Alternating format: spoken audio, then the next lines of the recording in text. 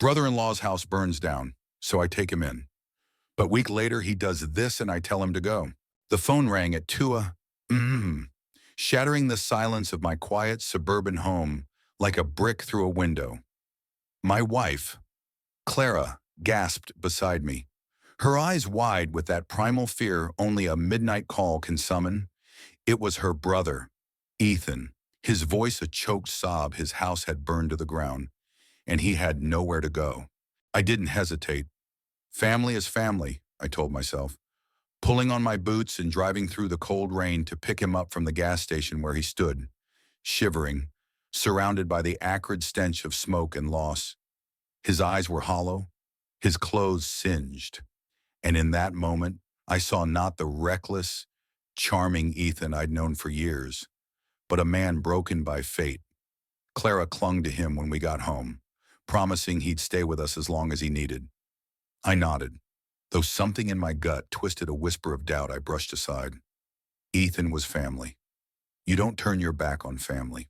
Our house, a modest two-story with creaky floors and a perpetually leaky faucet, became his refuge. Clara fussed over him, cooking his favorite meals. While I rearranged my office to give him a room, Ethan was grateful, or so it seemed, his smiles weak but frequent. He'd lost everything: photos, clothes, the guitar he'd played since high school. I saw the weight of it in the way he stared out the window, silent for hours. I tried to connect, asking about his plans, offering to help with insurance claims. Thanks, Mark, he'd say, but his eyes never met mine. A week passed, and the air in the house grew heavy. Clara was distracted, her laughter rarer, her gaze lingering on Ethan with a mix of pity and something I couldn't name. I chalked it up to stress. She was carrying the emotional load for both of us, I reasoned, while I buried myself in work, trying to keep our lives steady. But then I noticed the small things: Ethan's late-night phone calls, the way he'd stop talking when I entered the room, the faint scent of my cologne on him when he passed me in the hall. I told myself I was paranoid. Grief does strange things to people, doesn't it? Then came the night that broke everything. I'd come home early from a late shift, expecting to find Clara and Ethan watching one of their old sitcom reruns. Instead, the house was dark, save for a flicker of light from the living room. I crept closer, my heart pounding for reasons I couldn't yet articulate. There, on the couch, was Ethan, my wife's brother, the man I'd taken in rifling through my desk drawers. Papers were scattered, my laptop open, and in his hand was my checkbook. My blood turned to ice. "What the hell are you doing?" My voice cut through the silence like a blade. Ethan froze, his face a mask of shock that quickly melted into something else: defiance. "Maybe, or shame," he stammered. "Mark, it's not what it looks like." But it was exactly what it looked like. The man I'd opened my home to was stealing from me, betraying the trust I'd extended in his darkest hour. I felt the room spin, my anger warring with disbelief. "Get out," I said, my voice low but trembling. Ethan's eyes widened, but he didn't move. "Mark, listen. I said, get out." I roared, stepping closer, my fists clenched. Clara appeared in the doorway, her face pale. "What's going on?" she demanded, her voice shaking. I pointed at Ethan, at the checkbook, at the chaos of my desk. "Your brother's a thief." I spat. Clara's gaze darted between us, her loyalty torn. Ethan tried to explain, claiming he was borrowing to cover debts, to start over. But his words were hollow, and I saw the truth in his eyes. Desperation had twisted him into someone I no longer recognized. Clara begged me to calm down, to talk it out. "He's family." "Mark," she pleaded, tears streaming down her face. "But family doesn't do this. Family doesn't betray you in your own home." I grabbed Ethan's suitcase from the corner, shoved it into his arms, and then pointed to the door. "You're gone. Now." His defiance crumbled, replaced by a flicker of remorse, but it was too late. He walked out into the night, the door slamming behind him like a gunshot. The days that followed were a storm of silence and arguments. Clara was furious.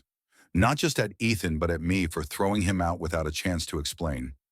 I tried to make her see how could we trust him after this, but she saw her little brother, the boy she'd protected growing up, not the man who'd crossed a line. Our marriage, once a steady anchor, felt like it was fraying at the edges. I couldn't sleep, haunted by the image of Ethan's guilty face, by Clara's tears, by the question of whether I'd done the right thing. A week later, Ethan called. Clara answered, and I overheard her side of the conversation, soft, pained, forgiving.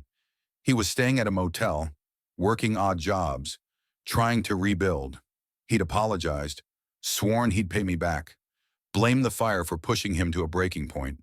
Clara wanted to believe him, wanted to bring him back into our lives. I wasn't ready. The wound was too fresh, the betrayal too raw, but her words gnawed at me. He's lost everything. Mark, where's your compassion?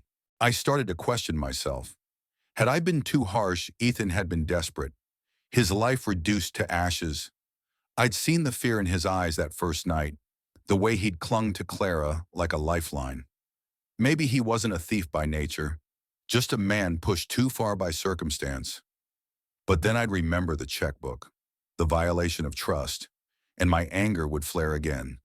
I wrestled with it, night after night, torn between justice and mercy. One evening, Clara sat me down. I know what he did was wrong, she said, her voice steady but thick with emotion.